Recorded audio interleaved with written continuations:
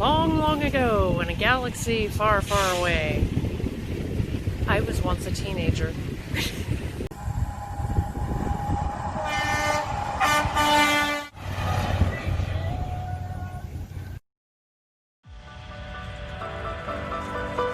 What's going on, everybody? Little adventure time for us again. We're back around my home stomping grounds. For those of you that are around the area, you'll recognize this right off the bat. Some of you may not, especially if you're not from this area, but this thing that we're getting ready to show you is what they call Big Brutus. It is, I think, the largest electric shovel that is still put together in existence, I think. If not, it's the second. So, but back in the day, Vanya used to work here right out of high school. So we're going to do some quick pictures and do a little tour guide and stuff, and we'll go.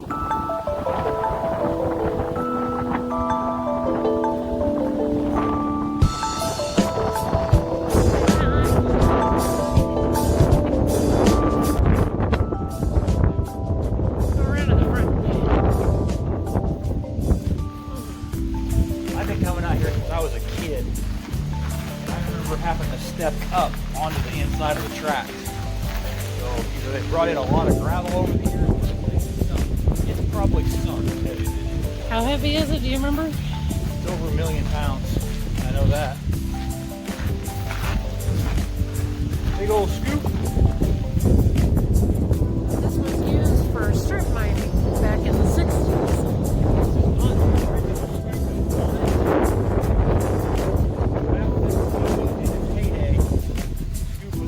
Wider, you could literally park 3 school buses here side by side.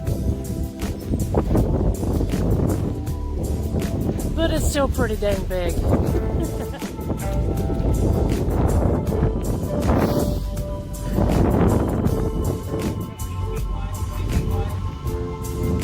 Now, they used to use it to scoop dirt out, and what was left behind are these big, we call them strip pits, and over time they've filled with water.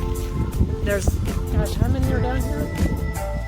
There's approximately probably 30 to 40 different pits out here. For this part of the state, it's most of the best fishing and hunting in the state.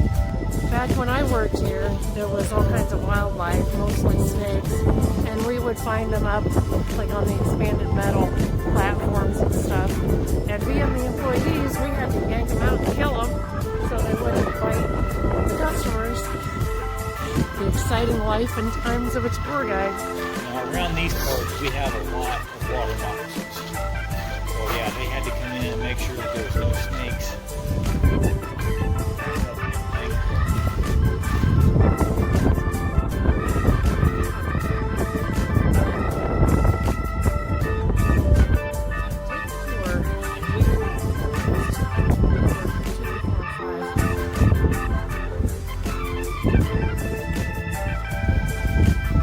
Self-guided tours now. Can you imagine a piece of machinery big enough that you could almost live in it?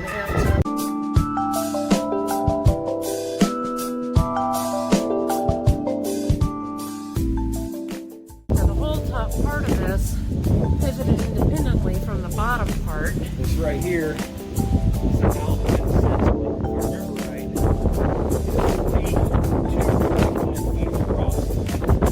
whole top of this swivels on top of it.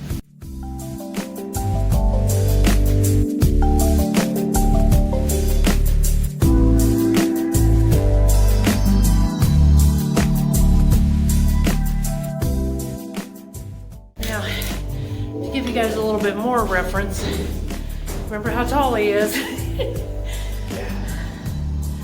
Yeah, there's plenty of room in here, but it's good for short people. Up here is where it actually opens up here inside of the main superstructure of this, and we'll talk about that later.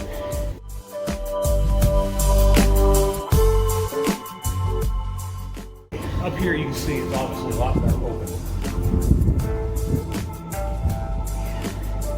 A lot of surfaces to paint.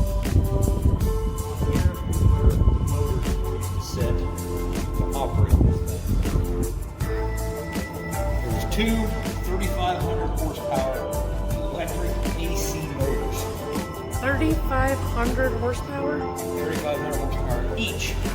That's a lot of electricity.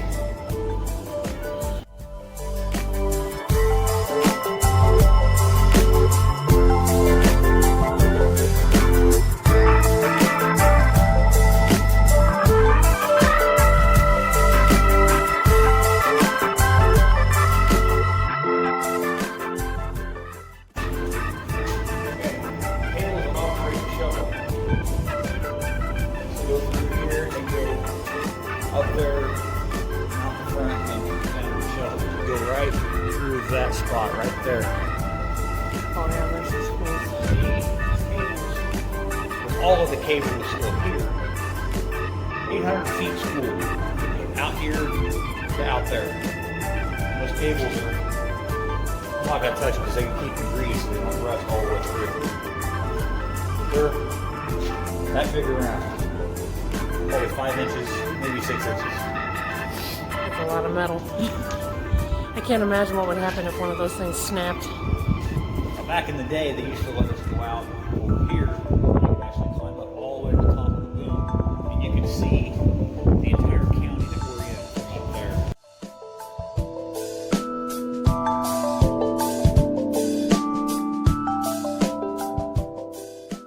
Out here is the control room. This is where the guy sat whenever he drove the whole rig, and this will kind of give you an idea of what he looked at every day.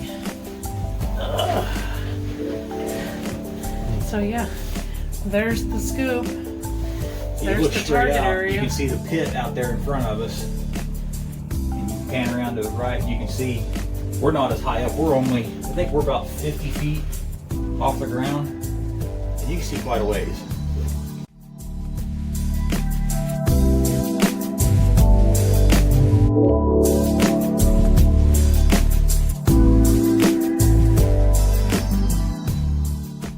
Yeah, that white column right there, that is the center where it pivots at. I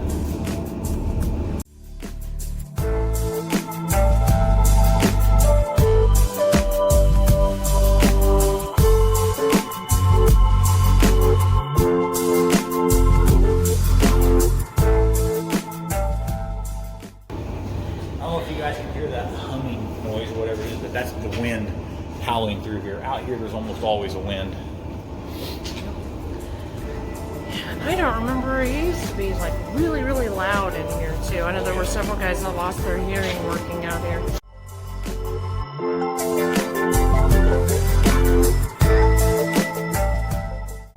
If any of you guys have ever been on a military ship, whether it's Navy, Coast Guard, or whatever, being inside of here will remind you of being on a boat. Because the bulkheads are pretty much cut the same way. It's just not watertight. It's not watertight. Heck, it's not even airtight.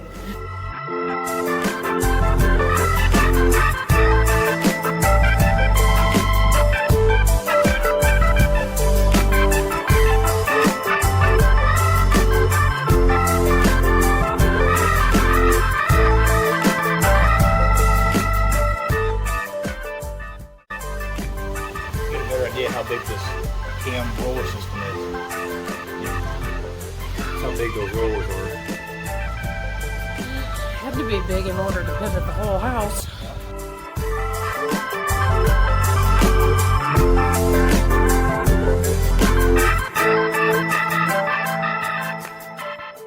Because actually in this part of the country where we're at specifically, there actually used to be a big polka following around here. Yeah, there's a little place, used to be a bar called the Gay Burrito. It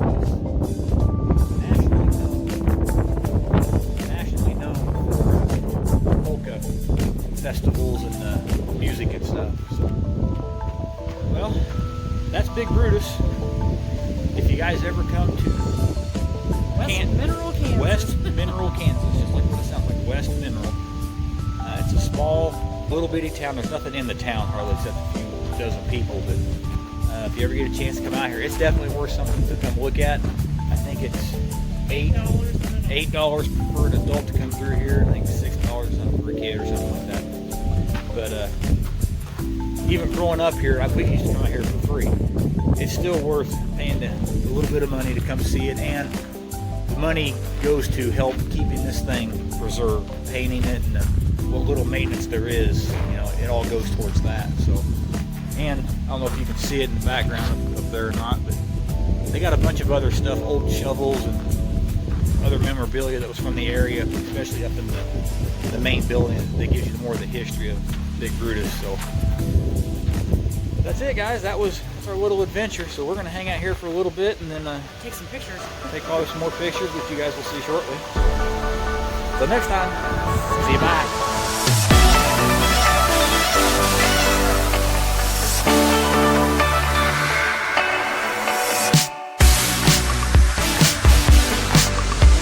What you doing, Bubba?